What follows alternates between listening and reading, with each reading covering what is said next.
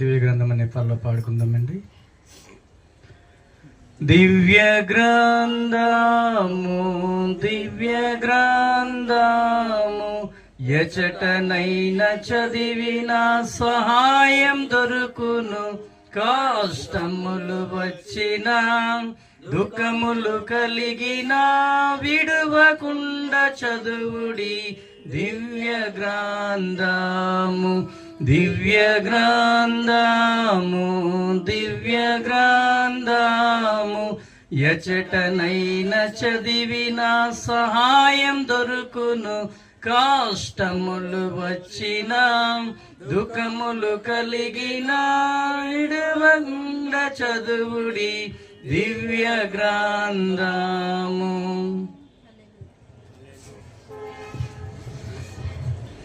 పరిశుద్ధ గ్రంథము నుండి కీర్తన గ్రంథము 49వ సంకీర్తన. మరి సంకీర్తనలో మనం చూసినట్లుగా అయితే 20 వచనాలు మనకు కనిపిస్తున్నాయి. ఒక వచనము నేను, మరొక వచనము మీరు మార్చి మార్చి చదువుకుంటూ దేవుని మహాకృపను జ్ఞాపకం చేసుకోవాలని ప్రభు పేరిట మనవి చేస్తున్నాను. మొదటి వచనం నేను చదువుతున్నా, వెంబడి 2వ వచనం చదివి సహాయం చేయాలని ప్రభు పేరిట మనవి చేస్తున్నాను. సర్వజనులారా ఆలకించుడి, సామాన్యులేమి సామంతులేమి ధనుకులేమి దరిద్రులేమి లోక నివాసులారా మీరందరూ ఏకముగా కూడి చెవియొగ్గుడి. నా నోరు విజ్ఞాపన విషయములను పలుకును, నా హృదయ ధ్యానము పూర్ణ వివేకమును గూర్చినదయ్యుండును. గూఢార్థము గల దానికి నేను చెవియొగ్గెదను, సితారా తీసుకొని నా మరుగు మాట బయలుపరచెదను. నా కొరకు పొంచువారి దోషకృత్యములను నన్ను చుట్టుకొనినప్పుడు ఆపత్కాలములలో నేనేల భయపడవలెను. తమ ఆస్తి పాపకమని నమ్మి తమ ధన విస్తారతను బట్టి పొగుడుకుని వారికి నేనేల భయపడవలను. ఎవడను ఏ విధము చేతనైనను తన సహోదరుని విమోచింపలేడు. వాడు కుళ్ళు చూడక నిత్యము బ్రతికినట్లు వాని నిమిత్తము దేవుని సన్నిధిని ప్రాయశ్చిత్తము చేయగలవాడు ఎవడునూ లేడు. వారి ప్రాణ విమోచన ధనము బహు గొప్పది, అది ఎన్నటికీ తీరక అట్లుండవలసినదే. నాలుగు చనిపోదురు సంగతి అతనికి కనబడకుండా పోదు.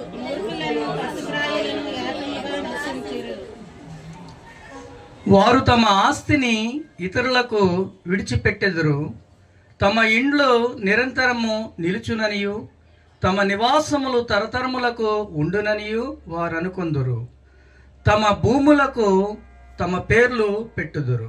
ఘనత వహించిన వాడనైన మనుష్యుడును నిలువజాలడు, వాడు నశించు మృగములను పోలినవాడు.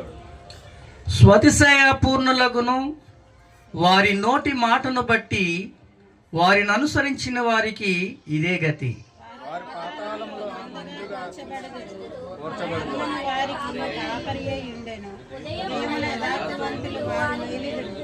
వారి స్వరూపములు నివాసం లేనివై పాతాళము క్షయమైపోవును. దేవుడు నన్ను చేర్చుకొనును, పాతాళ బలములో నుండి ఆయన నా ప్రాణమును విమోచించును. అప్పుడు ధన సంపన్నుడైనప్పుడు వాని ఇంట ఘనత విస్తరించినప్పుడు భయపడకము. వాడు చనిపోయినప్పుడు ఏమీ కొనిపోడు, వాని ఘనత వాని వెంట దిగదు. నీకు నీవే మేలు చేసుకుంటూవని మనుషులు నిన్ను స్తుతించినను, తన జీవిత కాలమున ఒకడు తన్ను పొగడుకును. అతడు తన పితరుల తరమునకు చేరవలెనని వారు మరి ఎన్నడను వెలుగు చూడరు.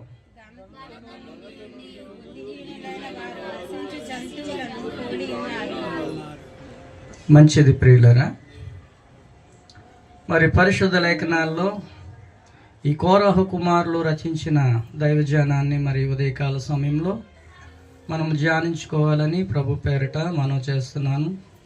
మరి చాలా వచనాలు ఉన్నాయి ఇందులోన. మరి యొక్క కీర్తనని మనము చాలా జాగ్రత్తగా పరిశీలన చేయాలని ప్రభు పేరిట మనం చేసుకుంటున్నాను. చిన్న ప్రార్థన చేసుకుందాం. మహాపరిశుద్ధుడు అయిన తండ్రి, మహోన్నతమైన దేవుడా, మీ ఘనమైన దివ్యమైన శ్రేష్టమైన నామమును బట్టి మీకు వందనాలు స్తోత్రాలు చెల్లిస్తున్నాం. ఈ ఉదయకాల సమయంలో మీ పునరుద్ధరణమందు మీ నామాన్ని స్తుతిస్తున్నాం ప్రభు, ఆరాధిస్తున్నాము, ఘనపరుస్తున్నాము, మహింపరుస్తున్నాం ప్రభు. తండ్రి, మా స్తుతుల సింహాసనం పైన నీవు ఆసనుడు కమ్మని వేడుకుంటున్నాం ప్రభు. మీకు స్తోత్రాలు, వందనాలు చెల్లిస్తున్నాం తండ్రి. ఇదిగో ప్రభు, చదవబడిన లేఖన భాగాలను నీవు జ్ఞాపకం చేసుకోండి ప్రభు. ఏ యోగ్యత, ఏ అర్హత లేనంటి వాడును, అనేకసారి శరీర క్రియలను బట్టి పడిపోయిన వాడును, చెడిపోయిన వాడును. అయినప్పటికీ మీరిచ్చిన తలాంతును బట్టి మీ సిలువ చాటు నన్ను మరుగుపరిచి, వాక్యంలో ఉన్న గూఢమైన అర్థాలను తేటపరిచి మమ్మల్ని నడిపించమని వేడుకుంటున్నాం ప్రభు. మీకు స్తోత్రాలు చెల్లిస్తున్నాం తండ్రి. నాయన, ఇంతవరకు తండ్రి నాయన దేవుని సేవకులు ప్రారంభ ప్రార్థన చేశారు ప్రభు. వారి ప్రార్థనలో మీరున్నందుకు మీకు వందనాలు, స్తోత్రాలు. మీ బిడ్డలైన వారు కీర్తనల ద్వారా ఇంతవరకు కీర్తించి మిమ్మల్ని మహిమపరిచారు. అందుని బట్టి మీకు కృతజ్ఞతా స్తుతులు చెల్లిస్తున్నాం. చదవబడిన లేఖనాలు 49వ సంకీర్తన ఉత్తర ప్రత్యుత్తరాలుగా చదువుకున్నాము తండ్రి. కొద్ది మాటలు మీరు మాకు వినిపింపజేసి మమ్మల్ని నడిపించమని, అన్ని విధాల కృప చూపించమని వేడుకుంటున్నాం. అనంతరము స్తుతి ఆరాధనలో మీ పరిశుద్ధాత్మ సంచారము మా మధ్యన జరిగించండి. ఎక్కడ 2-3 నా నామమున ఏకీభవించి ప్రార్థన చేసి స్తుతించి ఆరాధిస్తారో, ఘనపరుస్తారో, మహిమపరుస్తారో వారి మధ్య నేను నివసించే దేవుడిని మీ వాక్యం సెలవిస్తుంది ప్రభువా. మీకు స్తోత్రాలు చెల్లిస్తున్నాం. అనంతరము తండ్రి నాయన దైవజనులు తండ్రి వాక్యము వెదజల్లుతుండగా తండ్రి, ముళ్ళ పొదల్లో కానీ గచ్చ పొదల్లో కానీ పడిపోకుండా ప్రభువా, మంచి నేలను పడి విత్తనము ఎలాగైతే నాయన మొలకెత్తి చిగురించి అభివృద్ధి పడతాదో తండ్రి, ఆ విధంగా నాయన మీ వాక్యాన్ని మాకు అందించి మమ్మల్ని నడిపించమని, మీ నెమ్మది, మీ శాంతి, మీ సమాధానం మాకు దయచేసి నడిపించమని నజరుడైన యేసుక్రీస్తు నామములో ప్రార్థించి స్తుతించి అడిగి మిక్కిలి వినయంతో బ్రతిమలాడి వేడుకుంటున్నాము తండ్రి. ఆమేన్. హల్లెలూయా.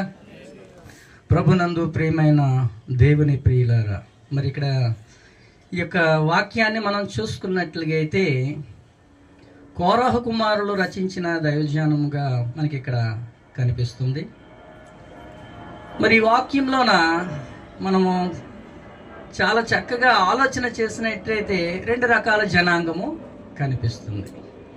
ఎవరు ఈ 2 రకాల జనాంగం అని అంటే, దేవుని యందు భయభక్తులు కలిగిన వారి జీవితము ఎలా ఉంటుందో, దేవుని యందు భయము లేని వారి జీవితము ఎలా ఉంటుందో ఈ లేఖన భాగాలు సెలవిస్తున్నాయి.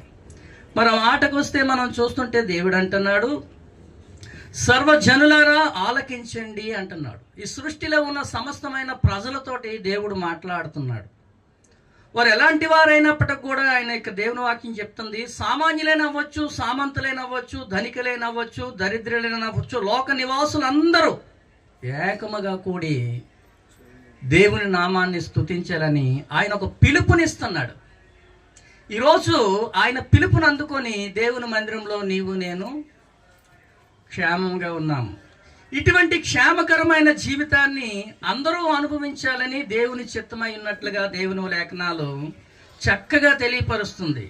దేవుడు ఎందుకు పిలిచి, ఎందుకు తన రక్షణ మనకి ఇస్తున్నాడు అని మనం ఆలోచన చేస్తే, అన్ని చోట్ల ఉన్న జనాలకి ఈ కీర్తనాకారుడు దేవుని మూలంగా రాస్తున్న ఇది సంకీర్తనలా మనకి కనిపిస్తుంది.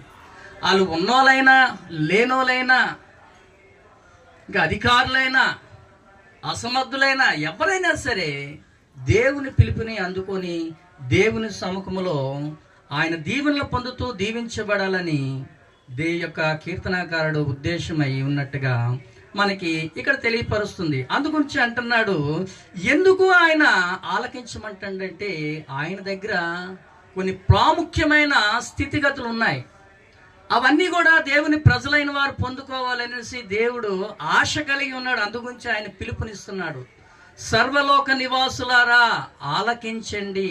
దేవుని మాట ఎవరైతే ఆలకిస్తారో వారు దీవించబడతారు, వారు ఆశీర్వదించబడతారు, వారు అభివృద్ధి పరచబడతారని దేవుని లేఖనాలు స్పష్టంగా సెలవిస్తున్నాయి. మరి ఈ మాటలు చూసుకున్నట్లయితే 1 నుండి 4 వచనాల వరకు మనం చదువుకున్నట్లయితే ఇక్కడ దేవుని వాక్యం అంటుంది, దేవుని సర్వజనులారా ఆలకించండి, సామాన్యులేమి, సామంతులేమి, ధనికులేమి, దరిద్రులేమి, లోక నివాసులారా మీరందరూ ఏకముగా కూడి చెవియొగ్గిడి. నా నోరు విజ్ఞాపన విషయములను పలుకును, నా హృదయం జ్ఞానము పూర్ణ వివేకమును గూర్చినదే యుండును. గూఢార్థము గలదానికి నేను చెవియొగ్గెదను, సితారా తీసుకొని నా మరుగు మాట బయలుపరచెదను. దేవుడు తనకిచ్చిన తలాంతని, దేవుడు తనకిచ్చిన తలాంతిని అనేక మంది దగ్గర పంచడానికి. అంటే ఏంటి ఆ తలాంత్ అంటే, మనం ఆలోచన చేస్తే దేవుని దగ్గరికి వచ్చే వారికి ప్రతి ఒక్కరికి విజ్ఞానం అనేది లభిస్తుంది. ఈ రోజుల్లో విజ్ఞానం అనేది చాలా కొదువైపోయింది.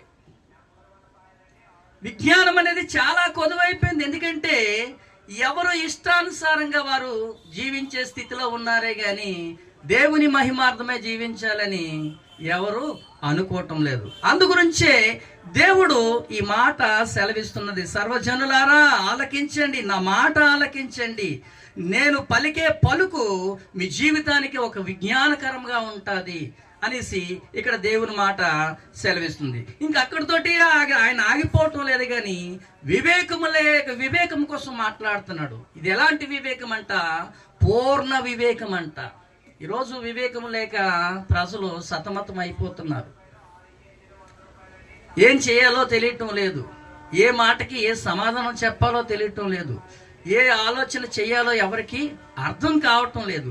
మరి అన్ని విషయాల్లో మనము జ్ఞానం కలిగి దీవించాలంటే దేవుని యొద్దకు మనము రావాలి. అందుగురించేనే ఆయన మనతో మాట్లాడుతున్నట్టుగా ఇక్కడ దేవుని వాక్యము స్పష్టంగా సెలవిస్తుంది. ఆయన మాట్లాడేటప్పుడు మనము ఆలకించేవారుగా ఉండాలంట.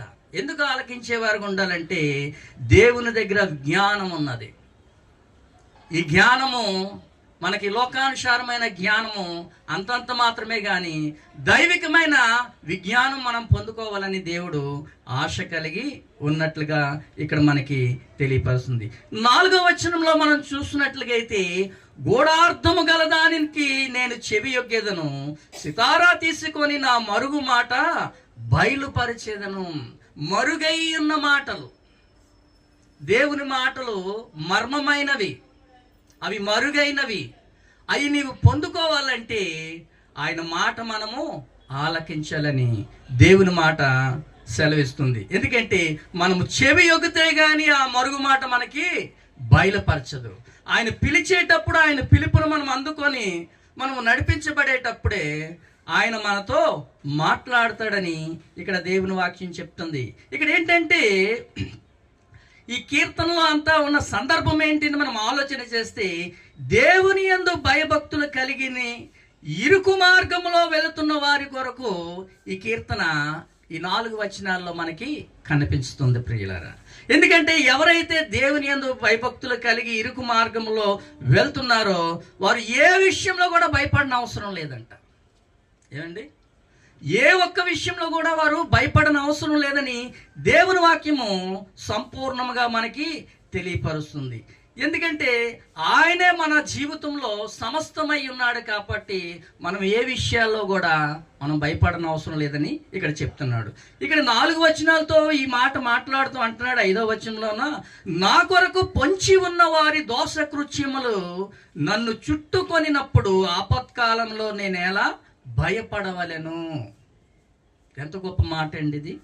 ఆ భక్తుడు అంటున్నాడు, నా విషయాల్లో ఎటువంటి భయము ఆందోళన కలిగినప్పటికీ కూడాను నేను భయపడన అవసరం లేదు. ఎందుకంటే నేను దేవుని మహిమార్థమే నడిపించబడుతున్న వ్యక్తిని కాబట్టి నాకున్న సమస్తమైన ఇరుకుల్లో నుండి దేవుడే నన్ను నడిపిస్తాడు అని ఈ ఒక భక్తుడి యొక్క ఉదాహరణ తెలియపరుస్తున్నాడు. మరి ఇంకొక జనాంగాన్ని మనం చూసినట్టుగా అయితే దేవుడంటే ఎంత మాత్రము భయం లేని వారి కొరకు ఇక్కడ తెలియపరుస్తుంది. ఎందుకంటే కొంతమంది మరి కొన్ని విషయాల్లో మనం పడిపోతుంటారు, చెడిపోతుంటారు. ప్రాముఖ్యంగా ఈ దినాల్లో దేవుని యొద్దకు ఎందుకు రాలేకపోతున్నారంటే ధనమును బట్టి వారు రాలేకపోతున్నారు. అందుగురించే ఇక్కడ అంటున్నాడు, చూడండి 6వ వచనంలో అంటున్నాడు, తమ ఆస్తియే ప్రాప్తకమని నమ్మి తమ ధన విస్తారణ బట్టి పొగడు వారికి నేను ఎలా భయపడవలను. అంటే ధనవంతులు ఉన్నారు, ఒక్కొక్కసారి వీరు బట్టి మనకి సమస్యలు రావచ్చు, కొన్ని సమస్యలు రావచ్చు. ఎందుకంటే వారు దేవునికి భయపడిన వారు కారు. దేవునికి భయపడినట్లుగా అయితే ఈ మాట ఇక్కడ రాయన అవసరము లేదు. ఎందుకంటే వారి జీవితంలో వారి ధనమే వారికి దేవుడు. ఎందుకంటే ధనం ఉంటే చాలు, ఇంకేది ఉన్నా లేకపోయినా పర్వాలేదు, మన ఇష్టరాజ్యం అయిపోతుందని ఆలోచన కలుగుతూ ఉంటుంది. అందుగురించి అటువంటి వారి కోసం అంటున్నాడు ఇక్కడ భక్తుడు అంటున్నాడు, దేవుని యందు భయభక్తులు కలిగిన వారికి ఎటువంటి పరిస్థితుల్లో కూడా భయపడిన అవసరం లేదని ఈ యొక్క 4 వచనాల్లో తెలియపరుస్తుంది. ఇక్కడ 6 నుండి మరి 14 వచనాల వరకు చూస్తే ధనవంతులు వారి ధనం విషయంలో, అంటే ఈ ధనము ఉన్నవారు ఏమైపోతారంటే భక్తిహీనతలోన పడిపోతారంట. అంటే అందరూ అలా ఉంటారంటే కానీ చెప్పడం లేదు, కానీ 90% ఇది మాత్రం వాస్తవంగా జరుగుతుంది. ఎందుకంటే దేవుని వాక్యం అంటున్నది, ఇక్కడ అంటున్నాడు దేవుని వాక్యం చూసిన, ఎవడైనాను ఏ విధము చేతనైనాను తన సహోదరుని విమోచింపలేడు, వాడు కుళ్ళు చూడక నిత్యము బ్రతుకున్నట్లు వాని నిమిత్తము దేవుని సన్నిధిని ప్రాయచిత్తము చేయగలవాడు ఎవడునూ లేడు. ఈరోజు ధనము, బలము, అధికారము ఇవి ఉన్నాయనేసి మన ఇష్టానుసారమైన జీవితాన్ని మనము జీవించకూడదని దేవుని వాక్యము స్పష్టంగా తెలియపరుస్తున్నట్టుగా దేవుని వాక్యం చెప్తుంది ప్రియులారా. కాబట్టి మనము చాలా జాగ్రత్తగా ఆలోచన చేసినట్టుగా అయితే ఇక్కడ అంటున్నది, మరి యొక్క 11వ వచనం మనం చూసుకున్నట్టుగా అయితే వారి విషయంలో ఎలా ఉంటుందంటే, వారు తమ ఆస్తిని ఇతరులకు విడిచిపెట్టెదరు, తమ ఇండ్లను నిరంతరము నిలుచుననియు తమ నివాస తరములకు ఉండుననియు వారు అనుకొందురు, తమ భూములకు వారు పేర్లు పెట్టుకుందురు. ఈ లోకంలో నీకు ఎన్నైనా ఉండొచ్చు. ఇల్లు కట్టినప్పుడు ఇంటికి పేరు పెడుతున్నారు, ఆస్తులు ఉన్నప్పుడు ఆస్తులు మన పేరు మీద రాసుకుంటున్నారు, ఇంకా అంతస్తులు ఉండేటప్పుడు అనేక విధాలుగా ఉంటుంది. కాబట్టి వీళ్ళు ఏం చేస్తున్నారంటే వారి ధనాన్ని బట్టి వారు అతిశయిస్తూనే ఉంటున్నారనేసి దేవుని వాక్యము స్పష్టంగా తెలియపరుస్తుంది. మరి అలాగే చూసుకున్నట్టుగైతే 18వ వచనంలో కూడా ఒక మాట అంటారు చూడండి, నీకు నీవే మేలు చేసుకొంటివని మనుషులు నిన్ను స్తుతించినను తన జీవిత కాలమునొకడు తనను పొగుడుకొనను అతడు తన పితరుల తరమునకు చేరవలెను. మరి వారు ఎన్నడను వెలుగు చూడరు. ఈ లోకానుసారంగా నువ్వు మిగిలిపోకుండా ఉండాలంటే దేవుని యందు నీవు భయభక్తులు కలిగి ఆయన మహిమార్థమై నువ్వు దీవించబడాలని దేవుని వాక్యము స్పష్టంగా సెలవిస్తుంది. ఎందుకంటే ఈ లోకంలో ధనము, బలము, అధికారము ఏది శాశ్వతము కాదు. దేవుడు మాత్రమే తన ప్రజలకు స్వాస్యమై ఉన్నాడని దేవుని వాక్యము స్పష్టంగా సెలవిస్తుంది. కాబట్టి మనం చూసినట్టుగైతే వాళ్ళ పరిస్థితి డబ్బుంటే చాలు, అధికారం ఉంటే చాలు, ఆర్భాటం ఉంటే చాలు, మనకి ఏమీ కాదు అని అనుకుంటారు. కానీ ఇక్కడ దేవుని వాక్యం చెప్తుంది 12వ వచనంలో ఒక మాట అంటున్నది చూడండి, ఘనత వహించిన వాడైనను మనుష్యుడు నిలువజాలడు, వాడు నశించు మృగములను పోలి ఉన్నాడు. ఎంత గొప్పవాడైనా సరే, ఎంత అధికారము కలవాడైనా సరే, దేవుని యందు భయభక్తులు కలిగి దేవుని మహిమార్థమై జీవించకపోతే వాడు ఎలాగా ఉంటాడంట, నశించిపోతాడంట.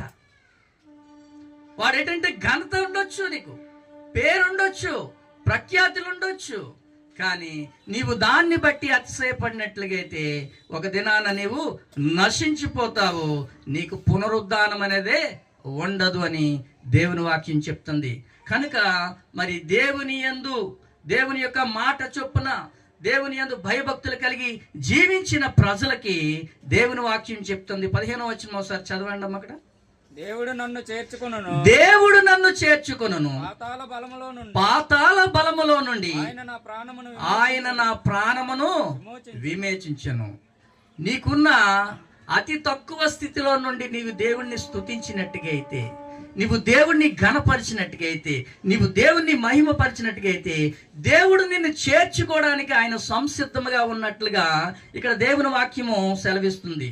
మరి నీకున్న కష్టతరమైన పరిస్థితుల్లోనూ, నీకున్న ఇరుకు మార్గముల్లోనూ, నీకున్న ఇబ్బంది మార్గముల్లోనూ నీ దేవుడైన యెహోవా నీకు తోడై ఉండి నిన్ను నడిపిస్తాడని దేవుని వాక్యము స్పష్టంగా తెలియపరచబడుతుంది. ప్రియులారా, ధనమును బట్టి గాని, బలమును బట్టి గాని, అధికారమును బట్టి గాని, నీకున్న ఆర్భాట మాటను బట్టి కానీ అతిశయపడకూడదు, కానీ దేవుని యొక్క విశ్వాస జీవితంలో భయభక్తులు కలిగి నీవు అతిశయపడాలని దేవుని వాక్యం చెప్తుంది. ఇక్కడ అంటున్నాడు 11వ వచనంలో, వారు తమ ఆస్తిని ఇతరులకు విడిచిపెట్టెదరు, తమ ఇండ్లను నిరంతరము నిలిచుననియు తమ నివాసములు తరతరములు ఉండుననియు వారు అనుకుందరు, తమ భూములకు తమ పేర్లు పెట్టుకుందరు. నువ్వెంత ఉన్నప్పటికీ, ఎంత లేనప్పటికీ, నువ్వెంత ఘనత వహించిన వాడవైనా నీవు నశించు మృగమును పోలి ఉన్నావని, నీవు కుళ్ళు చూడక ఈ భూమి మీద నుండి ప్రయాణం అవ్వని ఇక్కడ దేవుని వాక్యం చెప్తుంది. అటువంటి వారి పరిస్థితి ఎలాగుంటుందో 14వ వచనం చెప్తుండ్రు, వారు పాతాళములో మందగా కూర్చబడుదురు, మరణము వారికి కాపరి అయి ఉండునంట. ఏమండి, వారు ఎక్కడ ఉంటారంట? వారు పాతాళంలో ఉంటారంట మందగా. ఈరోజు దైవికంగా నువ్వు నడిపించబడేటప్పుడు ఈ భూమి మీద నీకు కష్టమైనప్పటికీ, నష్టమైనప్పటికీ, ఇరుకైనప్పటికీ, ఇబ్బంది అయినప్పటికీ దేవుని యందు భయభక్తులు కలిగి నీవు జీవించినట్లుగా అయితే నీ ఇరుకు మార్గాన్ని విశాలపరిచి నిన్ను నడిపిస్తున్న దేవుణ్ణి రోజు నేను కలిగి ఉన్నాం. కాబట్టి మనం ఆ విషయంలో చాలా బహు జాగ్రత్తగా ఉండి మనం నడిపించబడాలని చెప్తుంది. ఇలాగంటే 14 మరణం ఏం చేస్తుందంట? వారికి కాపరై ఉంటుందంట. ఉదయమున యథార్థవంతులు వారిని ఏల్తారంట. ఎంత గొప్ప అధికారంతో కూడిన మాటలు ఇక్కడ చూస్తున్నామండి. ఈ దినాల్లో మనం ఏం చేయాలంటే, మన ఘనతను బట్టి, మనకున్న స్థితిగతులను బట్టి మనము అతిశయపడకూడదు, కానీ దేవుని యందు భయభక్తులు కలిగి జీవించడమే గొప్ప అతిశయం అని దేవుని వాక్యము చెప్తుంది ప్రియులారా. ఎందుకంటే ఇటువంటి జనాంగము మనతో ఉన్నారు, మన చుట్టూ ఉన్నారు. కాబట్టి దేవుని వాక్యము వారికి ఈ పిలుపునిస్తున్నట్టుగా మనము చూస్తున్నాము. అంతేకాదు మన డబ్బు, మన ధనము ఏమైపోతుందో మరి పరిశుద్ధ లేఖనాల్లో అనేక స్థలాల్లో మనకి కనిపిస్తుంది. ఒక మాట చూద్దాం, చూడండి ప్రియులారా. యాకోబు రాసిన పత్రిక 1వ అధ్యాయము 10-11 వచనాలు ఒకసారి చదవండి. ఏలయనగా గడ్డి పువ్వు వలె గతించిపోవును, సూర్యుడు ఉదయించి వడగాలి కొట్టి గడ్డిని మార్చివేయగా దాని పువ్వు రాలును, దాని స్వరూప సౌందర్యము నశించను. చాలండి. ఇక్కడ ఏమంటున్నారు చూడండి, నువ్వెంత స్థితిగతుల్లో ఉన్నా ఒక దినాన్ని ఏమైపోతావంట? నువ్వు నశించిపోతావంట. ఎందుకంటే గడ్డి మీద వడగాలి తగిలిందంటే గడ్డి ఏమైపోతుంది? వాడిపోతుంది. దాని పువ్వు ఏమంటుంది? ఎండిపోయి రాలిపోతుంది. ఇటువంటి జీవితమును బట్టి నీవు అతిశయపడినట్టుగా అయితే, ధనాన్ని బట్టి కానీ, బలాన్ని బట్టి కానీ, అధికారాన్ని బట్టి కానీ నువ్వు అతిశయపడినట్టుగా అయితే ఏదో ఒక దినాన మనము రాలిపోక తప్పదని దేవుని వాక్యము సూచిస్తుంది. మరొక మాట చదవండి, ఇక్కడ చూద్దాము. పేతురు రాసిన పత్రిక 1వ అధ్యాయము 24వ వచనం చదవండి.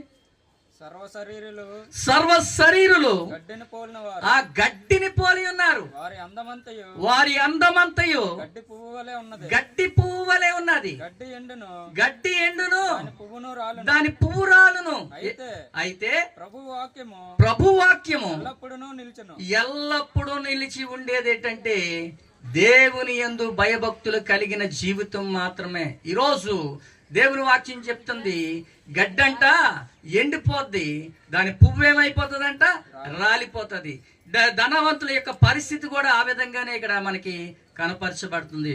కాబట్టి మనము బహు జాగ్రత్త కలిగి దేవుడు పిలిచిన పిలుపుని మనం పట్టుకొని తన యొక్క విశ్వాస జీవితంలో మనం ఆయనతో నడిపించబడాలని దేవుని వాక్యము స్పష్టంగా తెలియపరుస్తుంది. ఎందుకంటే నీవు దేవుని యందు భయభక్తులు కలిగి ఉంటే నువ్వు ఎటువంటి విరుకు మార్గంలోనే వెళ్ళు, దేవుడు నీకు సహాయకరంగా ఉంటాడు, నీకు ఆయన క్షేమాన్ని దయచేస్తాడని దేవుని వాక్యము స్పష్టంగా తెలియపరుస్తుంది. ప్రియులారా, 78వ కీర్తన చూడండి ఒకసారి, 2వ వచనం చదవండి. 78వ కీర్తన 2వ వచనం నుంచి చదవండి ఒకసారి. నేను నోరు తెరిచి ఉపమానము చెప్పేదను. 70 చదవమ్మా. పూర్వకాలపు గూఢవాక్యములను దేవుడు ఇందాకలా మొదటి 2 వచనాలు ఏమన్నాడు? ఆయన గూఢవాక్యాలు చెప్పేవాడు, మరుగైన మాటలను బయలుపరిచేవాడు. ఎందుకు ఆయన సర్వజనులారా ఆలకించండి అని చెప్తానంటే ఆయన మాటలను మనకి తెలియపరచడానికి, ఈ లోకంలో నువ్వు ఎలా జీవించాలో, ఎలాగ జీవించకూడదో, ఎలా నడిపించబడాలో, దేవుని యందు ఎటువంటి భయభక్తులు కలిగి జీవించాలో దేవుని వాక్యము సూటిగా తేటగా స్పష్టంగా తెలియపరుస్తుంది. చదవమ్మా అక్కడ. మాకు తెలిసిన సంగతులను మా పితరులు మాకు వివరించిన సంగతులను చెప్పేదను. యెహోవా స్తోత్రార్హ క్రియలను, ఆయన బలమును, ఆయన చేసిన ఆశ్చర్య కార్యములను దాచకుండా వాటిని వారి పిల్లలకు మేము చెప్పెదము. రాగల తరములో పుట్టబో పిల్లలు దాని నెరుగునట్లు వారు లేచి తమ పిల్లలకు, ఎందుకంటే దేవుడు మనకి వివరించడానికి ఇదంతా తెలియపరుస్తున్నాడు. ఏంటి వివరించడానికి? ఆయన సర్వజనులారా ఆలకించడం దేనికంటున్నాడు? గూఢమైన మాటలను మనకు తెలియపరచడానికి, మరుగైన మాటలను మనకు తెలియపరచడానికి, విజ్ఞాపన విషయాల్లో మనము బలపరచబడాలని, జ్ఞానముతో మనము నడిపించబడాలని. ఏంటంటే దేవుడు ఎంత శక్తిమంతుడో. ఈరోజు నీ జీవితంలో ఏది లేదనుకుంటున్నావేమో, ఆయన నీకు తోడై ఉంటే అన్నీ నీతోటి ఉన్నట్టుగా. కాబట్టి ఆయన్ని బట్టే మనం అతిశయపడాలి కానీ మరి ఎవరిని బట్టి కూడా అతిశయపడకూడదు. దేవుడు ఎంత బలమైన వాడో ఈ కీర్తనాకారుడు తెలియపరుస్తున్నాడు. ఎందుకంటే ఆయన ఏమంట? ఆశ్చర్యకారుడు అంట. ఇంకా చదవమ్మ చూద్దాము. 12వ వచనం చదువు అదే కీర్తనలోన. ఐగుప్తు దేశములో నుండి షోయాను క్షేత్రమందు వారు పితరులు చూచుచుండగా ఆయన ఆశ్చర్య కార్యములు చేశాడు. ఆయన సముద్రమును 2 పాయలుగా చేసి అద్దరికి నడిపించాడు. ఆయన నీటిని రాశిగా నిలిపెను. చాలమ్మ. ఆయన ఎంత గొప్ప అద్భుత ఆశ్చర్య మహత్కార్యాలు చేశాడు. ఈరోజు నువ్వు ఏ స్థితిలో ఉన్నప్పటికి కూడా లేదని విచారము పడిపోకుండా, ఉన్నదని ఆర్భాటముగా దేవుణ్ణి విడిచిపెట్టకుండా, దేవుని యందు విశ్వాసము కలిగి దేవుని యొక్క పిలుపుకు, దేవుని యొక్క మాటను గైకొంటూ నువ్వు జీవిస్తే ఆయన ఏం చేస్తాడంట? జ్ఞానోపదేశములైన సందేశాలను నీకు అనుగ్రహిస్తాడంట.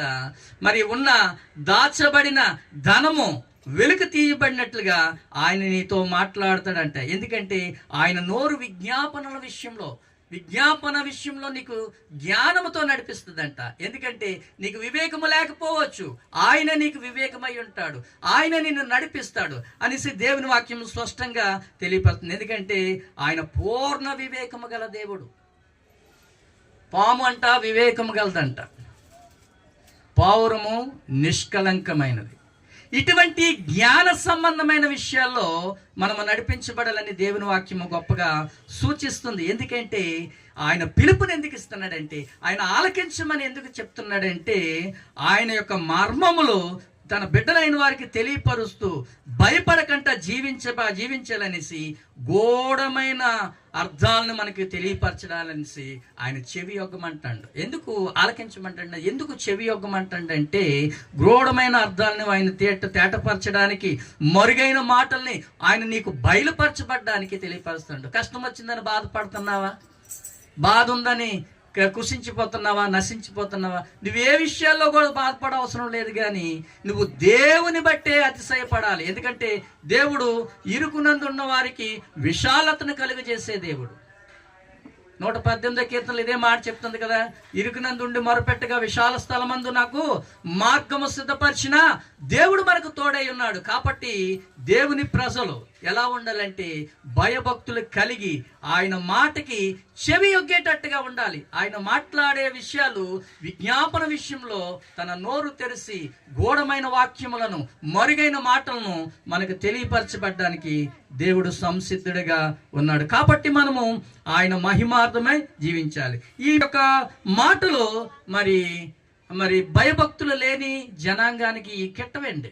ఎందుకంటే వారి డబ్బే వారి దేవుడు, వారి ధనమే వారి అధికారము, వారి బలమే వారికి ఉన్న సామ్రాజ్యముగా చూసుకుంటారు. అట్టి విధముగా జీవించకూడదనేసి ఇక్కడ 2 వ్యక్తుల కోసం మనకి చెప్తున్నారు. ఎవరంటే 2 వ్యక్తులు, ఒకరు భయభక్తులు కలిగిన వారు, మరొకరు భక్తిహీనులు అని దేవుని వాక్యం చెప్తుంది. కాబట్టి దేవుని మాట చొప్పున నువ్వు నడిపించబడాలి. ఎందుకంటే దేవుడు ఈ భూమి మీద ఉన్న సమస్తమైన ప్రజలకు కూడా ఆయన పిలుపునిస్తారు. నువ్వు ఉన్నోడవైనా, లేనోడవైనా, అధికారమైనా, ప్యూనువైనా, ఏ ఒక విధమైన మనుషులకైనా సరే ఆయన మాట మాత్రము ఒక్కటే. ఆయన మాటని యాక్సెప్ట్ చేసి ఎవరైతే నడిపించబడతారో దేవుని దీవెనలు వారితో స్వతంత్రించుకుంటాయని దేవుని వాక్యం స్పష్టంగా తెలియపరుస్తుంది. దేవుడు తన పరిశుద్ధ వాక్యాన్ని మన కొరకే దీవించి ఆస్వాదించబడును గాక. ఆమేన్.